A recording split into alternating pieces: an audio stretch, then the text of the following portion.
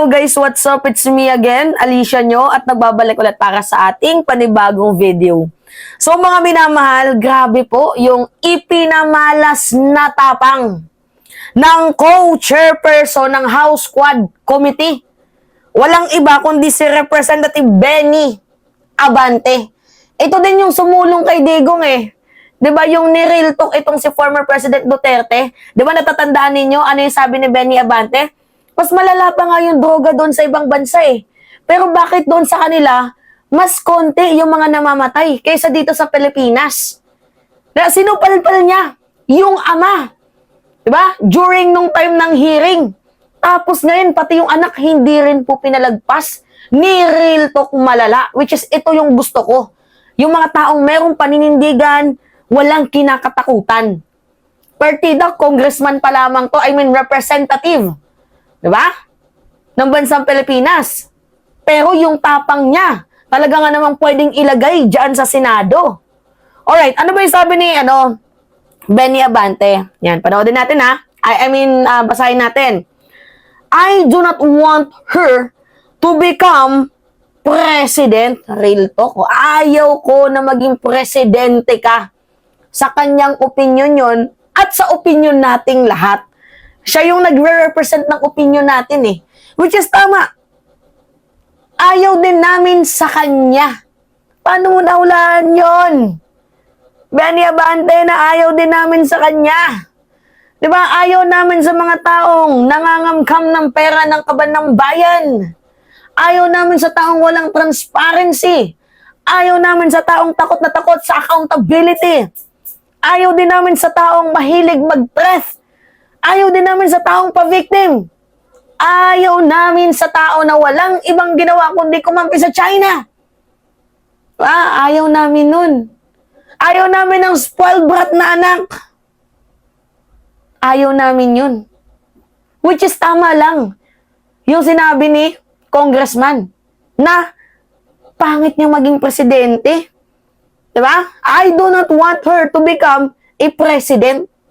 Tapang, no? Wala pang nagsabi niyan kay PBBM na representative. Wala pa. Di ba? Alright. Here is the response of House Quad Committee Co-Chairperson and Manila 6th District Representative Benny Abante when asked if Vice President Sara Duterte is fit to be president in the event that she guns for the top post and wins in it 2028 general election during radio interviews streamed on Wednesday. Ito yung niya, word by word na binitawan. Sabi niya, I don't think she is. I do not want her to become president. If we believe that the former president is quite bad, she is worse. Talagang totoo. Worse. Kitang-kita na yung panluloko eh. Diba? Tapos, nagtatago pa. Kitang-kita na yung anomalya, lumulusot pa. Gusto niyo yun? Magkaroon tayo ng presidenteng isip bata? Gusto niyo magkaroon tayo ng presidente na merong narcissistic personality disorder? Gusto niyo yun? Magkaroon tayo ng ganong presidente na isip bata? Hindi pinag-iisipan yung lumalabas sa kanyang bibig? Basta meron lang maisabi, maibanta, sa kanyang kalaban. Literal na worst. At siya pa din nga mismo ang nagsabi na ang tawag sa kanya ng kanyang ina ay heartless.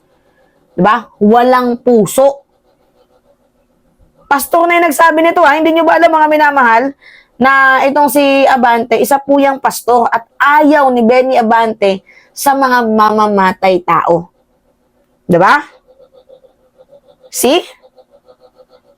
Hindi lang kami ang mga nagsasabing ayaw namin na maging presidente si Sara, napakadami pa. At beside, makikita nyo naman yan, mga minamahal sa mga survey eh. Oo. Yung ni Sara Duterte, yung record niya, wala na. Kumbaga, i-describe talaga natin na yung politika ni Sara Duterte, X na. Wala nang mapaglagyan. Nasa na kanina yun, na tinitingnan ko yun eh. Merong post dito yung Nasa na yung post na yun na parang nawala yung post eh. na itong si Sara Duterte ay bumaba yung kanyang ratings. Diba? Search nga natin. Oh, recent survey. Sara Duterte. Sara Duterte. Ay nako, mga minamahal, ang baba. Ang baba ng ano niya. Oh, downfall. Tapos meron pang 41% na gustong ma-impeach itong si Sara Duterte. So talaga nga namang malinaw sa mamamayang Pilipino na ayaw sa kanya ng taong bayan. Sinusuka ba? Kung yung Davao nga, sinusuka itong si Sara Duterte. Diba, alam niyo may ibinalita tayo sa inyo before na itong si Sara Duterte ayaw i-endorso ng mga mayors, ng mga alkalde kasi nadadamay sa issue. 'Di ba? So pinoprotektahan din ng ibang mga alkalde yung kanilang pangalan. Kasi once na inendorso nila mga minamahal, itong si Vice President Sara Duterte, nahawaan ng sumpa. 'Di ba? Tingnan niyo itong si Harry Roque, kakatanggol niya, kay Sara Duterte, pinaghahanap ng batas. Nagtatago.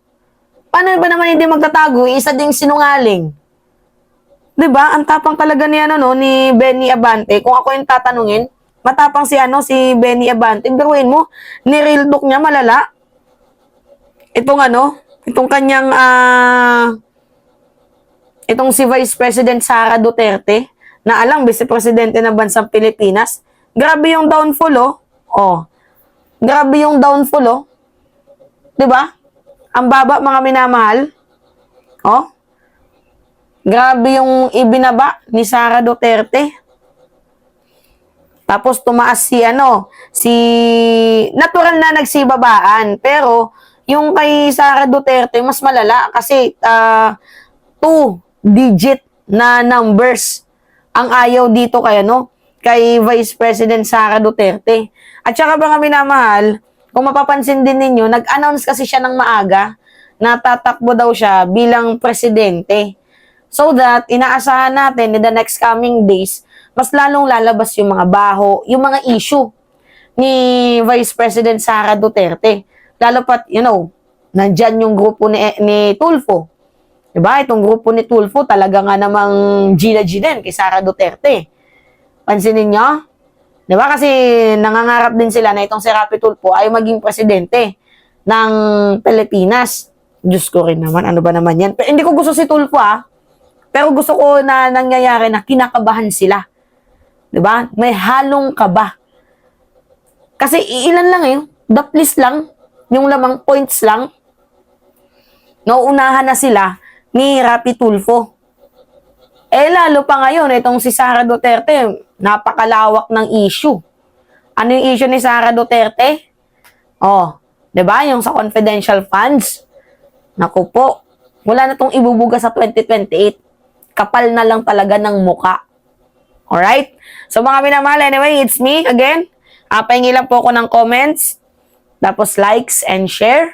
Diba? Para lagi po kayong nagiging updated sa ating mga latest na video. Anyway, it's me again, Alicia Nyo, at nagbabalik ulit para sa ating panibagong video.